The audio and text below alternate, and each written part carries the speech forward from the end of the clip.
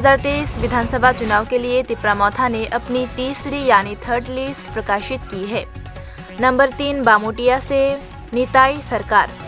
11 मांदाई बाजार से स्वप्ना देबबर्मा, 12 टाकरजला से विश्वजीत कलई, 15 कमला सागर से आशीष दास,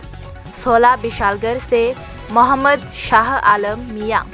17 गोलाघाटी से मानव देबबर्मा, 28 तेलियामुरा से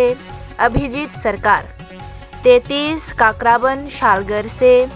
क्षीर मोहन दास, 34 राजनगर से अभिजीत मालाकार, 41 अम्पी नगर से पठानलाल जमातिया, रायमा वैली से नंदिता देबबर्मा रियांग, 52 चंडीपुर से रंजन सिन्हा।